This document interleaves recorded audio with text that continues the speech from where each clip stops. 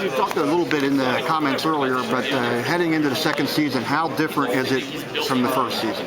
Well, it's like night and day. I think, first of all, I've got a better comfort level in terms of, who we have on our team and what their strengths are and what their weaknesses are. I've got, you can watch all the film you want in preparing for Holy Cross or Army or American or whatnot, but until you've kind of gone actually been on the sidelines, just a comfort level in terms of here's what we need to do in the league. The guys have an understanding of who I am and what I want, and so I think that's been great. And then, probably one of all those arguments is, so far we've been healthy.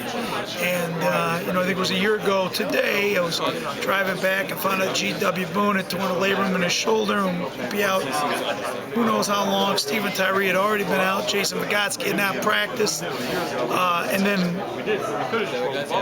on this Saturday in our scrimmage with Hofstra, Daryl Shazer got hurt and missed the last 2 weeks of the preseason. So, the transition would have been hard enough as it was, but for those guys, even who were able to play later on, to miss all the formative part of this preseason practice really hurt. So, we've got better commitment level from our guys, better conditioning level, better understanding. We've got better depth, and we've got some good freshmen, who I think will really help add to the mix. They unveiled the all-league team, first team all-league team, and no Bucknell players on there. As you know, I think I do the previews for Blue Ribbon. I picked Patrick B, and I saw him during the summer. He looks like he's really physically ready to play the position that he moved to last year. He really had a coming out when he moved to center last year. What do you expect from him this year? I think two things. I think one, yes, he really, really played well the final third of the season and playing at the center position. He really worked hard this summer. He's very focused. He's playing well, and I'm very excited about Pat. By the same token, in fact, I had a talk with him yesterday. He doesn't have to score 20 points for us, and he may not be a 20-point, point-a-game guy. If he does, great, but he was almost kind of pressing just a little bit, trying to do too much. And we have more options than we had last year. We have more weapons, and we may not have a first-team all-league guy. Now, he might be, and if he is, that's great. But I think our team might be the team that hopefully has 5 guys scoring 12 points a game rather than maybe 1 or 2 guys getting 24. So I want him to play at a high level, shoot a high percentage, but I don't want him to feel like he's got to take the weight of the team on his shoulders because he probably has to do less of that this year than what we really needed him to do last year in the final third of the season. Stephen Tyree, it was a really bad knee injury, not just a run-of-the-mill knee. How back is he, and what do you expect from him this year? Well, it's hard for me to say. I had him for 2 individual workout sessions before he hurt his knee last year. So I never really coached him at full strength except for just kind of half-court, 3 guys, skill things. I do know that after the second one, I walked into my office and said, we got a first-team all-league player. And that's before I knew the league, because of his explosiveness. He's not all the way back. Somewhere at 70 or 80% probably.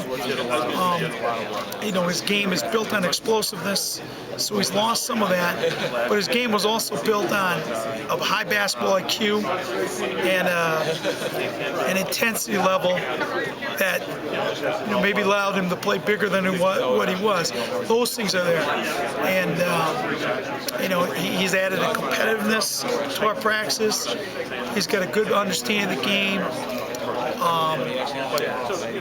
He's going to help us. And again, I talked with Stephen yesterday.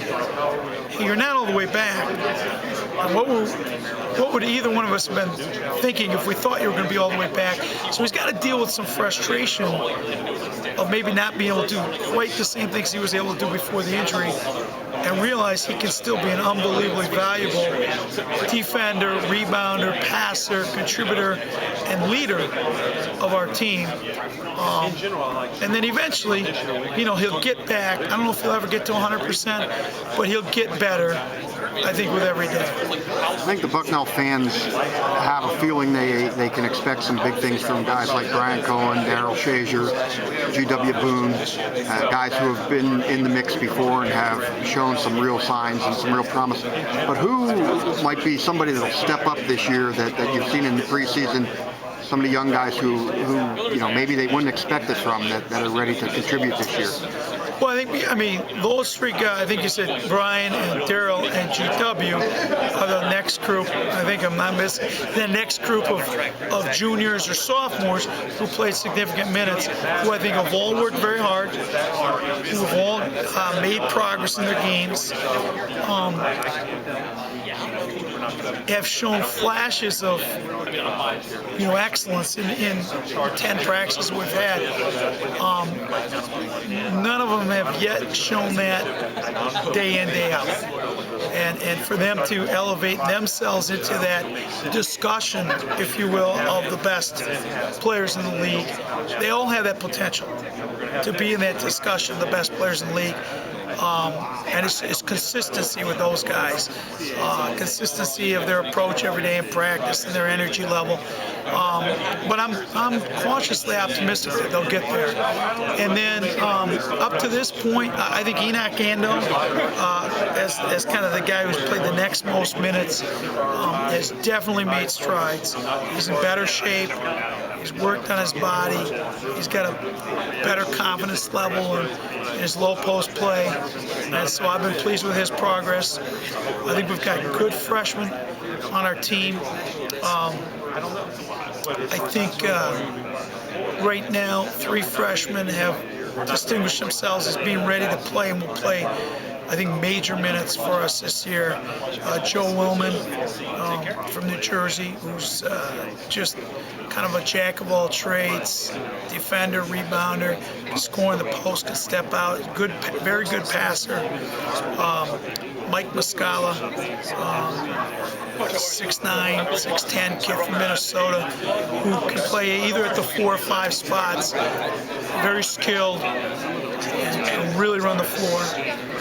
And Bryson Johnson, who will play minutes as the backup to Daryl at the point guard, and will also play, I think, a pretty significant number of minutes along with Daryl as kind of a 2 guard.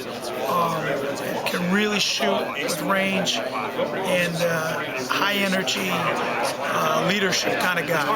I don't want to downplay Colin Klebon, another freshman who's got a chance to be terrific.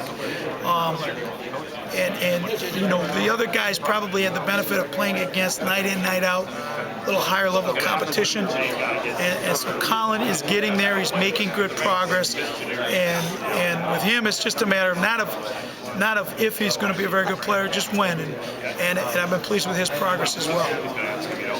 What do you expect for this year? Folks have picked you 3rd in the league. That's pretty lofty given what went on last year, and that you have a lot of guys, like you said, that have a lot of potential but haven't proven themselves yet. Do you think you can contend? I think we can. I think we got a lot of things that still have to happen. But we've had more good practices and 10 days of practice than we had all last season. We need to develop that consistency. We need to develop the ability to know who we can count on night in, night out. But I think we got 9 guys that I feel very comfortable playing, which is probably 3 or 4 more than I would have said last year. We got more size, we got more depth, we've got more experience.